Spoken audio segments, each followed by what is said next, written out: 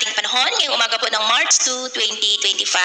Sa ngayon po ay nananatili na walang anumang sama ng panahon sa loob at labas ng ating area of responsibility. Hanging amihan pa rin ang patuloy na umiiral lalo na dito sa Luzon habang ang shear line ay nakakaapekto po ngayon sa silangan ng Visayas at Bicol region. At mayroon pong nabubuo na intertropical convergence zone pero sa ngayon ay nandyan pa rin sa silangang bahagi ng Mindanao. At sa ating long range forecast, consistent pa rin na walang bagyo na namamataan na tatawid po sa ating kalupaan for the next 2 weeks. At sa lagay ng ating panahon, ngayong madaling araw ay maayos ang panahon sa malaking bahagi ng bansa maliban lamang sa mga tsansa ng cloudy skies with isolated rains sa ilang bahagi po ng coastal areas ng Isabela, Aurora, Infanta, Calapan, southern part ng Palawan, Camarines Sur, Catanduanes, Sorsogon, Masbate, Samar Provinces, eastern part ng Leyte, Dinagat Island at Mati. At mamaya po ay sisikat pa rin ang araw sa malaking bahagi ng bansa pero may tsansa pa rin ng mga cloudy skies with isolated rains sa ilang bahagi ng Aurora, Infanta, Southern Palawan, Camarines Sur, Sorsogon,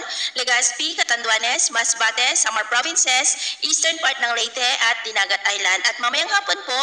maayos pa rin ang panahon sa malaking bahagi ng bansa pero may tsansa pa rin ng mga cloudy skies with isolated rains dyan po sa may La Union, Silangan ng Cagayan, Batangas, Quezon, Bicol Region, Calapan, Southern Palawan, Aklan, eastern part ng Leyte, Samar Provinces, Caraga at Davao Region. Kaya kung lalabas tayo sa ating mga tahanan, ugalin naman po natin lagi ang magdala ng kahit anong panangga natin sa init ng araw at proteksyon na rin po sa mga biglaang buhos ng ulan. Sa atin naman po mga baybayin, wala naman po tayong nakataas na gale warning signals pero bayong pag-ingat lamang po kung papalaot tayo